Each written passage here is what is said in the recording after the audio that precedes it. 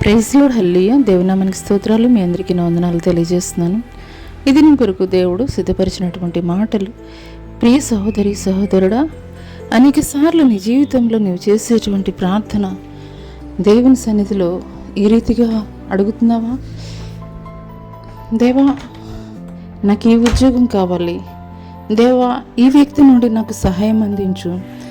దేవా, నేను ఈ ప్రయత్నం చేస్తున్నాను, నేను చేసేటువంటి ఈ ప్రయత్నంలో నాకు సహాయం చెయ్యి. ఇలాగూ సమస్తమును చేసేటువంటి ప్రతి ప్రార్థన కూడాను నీ చిత్తానుసారముగా నీకు ఏది మేలు అని అనుకుంటున్నావో, నీకు ఏది యోగ్యమైనదని అనుకుంటున్నావో, కేవలం అది మాత్రమే దేవుని సన్నిధిలో పెట్టి దేవుణ్ణి అడుగుతూ ఉన్నట్లయితే ఉదయకాల సమయంలో పరిశుద్ధాత్మ దేవుడు మాట్లాడుతున్నారు. మీరు చెడ్డవారై ఉండి మీ పిల్లలు చేపను అడిగితే పామునిస్తారా? రొట్టెను అడిగితే రాతినిస్తారా?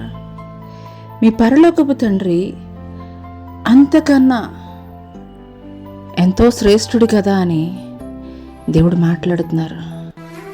అవును ప్రియ సహోదరి సహోదరుడా, మన ఆలోచనల కంటే, మన జ్ఞానము కంటే, భూమి కంటే ఆకాశం ఎంత ఉన్నతంగా ఉన్నదో అంత ఉన్నతమైనటువంటి ప్రణాళికలు, ఉద్దేశాలు మన పట్ల దేవుడు కలిగి ఉన్నాడు.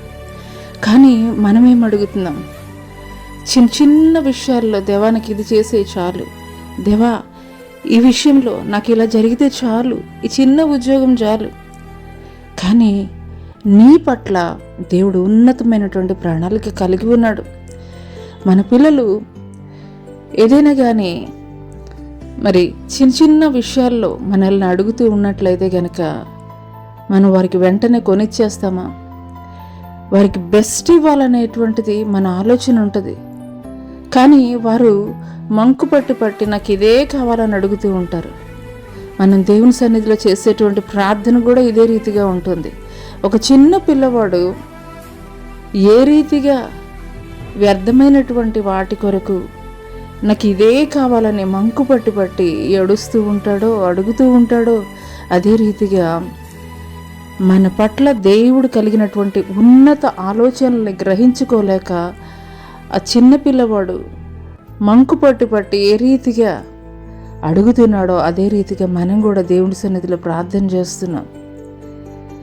ఉదయకాల సమయంలో దేవుడు ఈ మాటలు నా కొరికే మాట్లాడుతున్నారని విశ్వసించగలిగినట్లయితే మన ఆలోచనల కంటే, మన ఉద్దేశాల కంటే, మన తలంపుల కంటే ఎన్నో రెట్లు అధికమైనటువంటి ఉద్దేశాలు కలిగినటువంటి దేవుణ్ణి కలిగి ఉన్నావు అన్నటువంటి విషయాన్ని మర్చిపోవద్దు.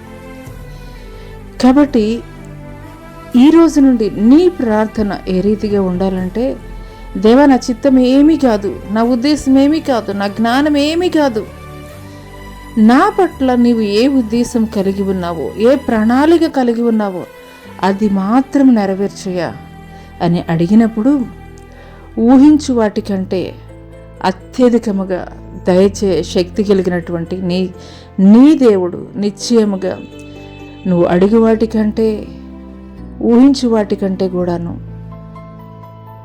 మేలైనటువంటి గొప్ప ఆశీర్వాదం దేవుడు నీకు ఇవ్వబోతున్నాడు.